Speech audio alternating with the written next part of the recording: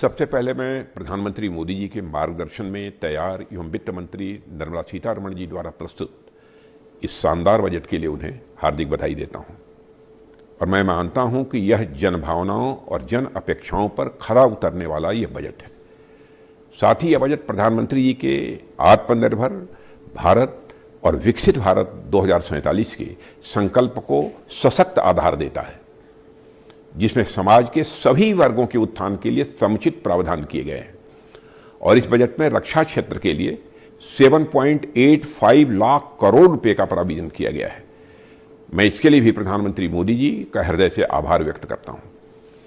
Operation सिंदूर की ऐतिहासिक सफलता के बाद आए इस बजट ने देश की रक्षा व्यवस्था को और मजबूत बनाने के हमारे संकल्प को सुदृढ़ किया है। यह आवंटन पिछले वर्ष की तुलना में 15% से भी अधिक है, यानी इस बार भी केंद्रीय बजट का सबसे बड़ा हिस्सा रक्षा मंत्रालय को मिला है। इस वर्ष हमारी सेनाओं के ओवरऑल कैपिटल एक्सपेंडिचर के लिए 2.19 लाख करोड़ रुपया का प्राविजन किया गया है। और इस बजट का सबसे महत्वपूर्ण पक्ष हमारी तीनों सेनाओं के मॉडर्नाइजेशन का है। और इसके लिए इस वर्ष 1.85 लाख करोड़ रुपए की प्राविजनिंग की गई है, जो पिछले वित्त वर्ष की तुलना में लगभग 24% अधिक है। और इस वृद्धि के परिणाम स्वरूप हमारी सैन्य क्षमता और अधिक सशक्त होगी।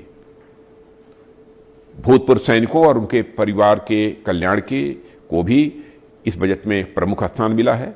और x serviceman contributory health scheme के अंतर्गत वर्तमान वर्ष की तुलना में लगभग 45% की बढ़ोतरी करते हुए 12,100 करोड़ रुपए का प्राविजन किया गया है। कुल मिलाकर यदि मैं कहूं तो यह बजट सुरक्षा, विकास और आत्मनिर्भरता के संतुलन को मजबूत करता है। मैं देशवासियों को देश हित में पेश हुए इस बजट पर हार्दिक बधाई देता हूं।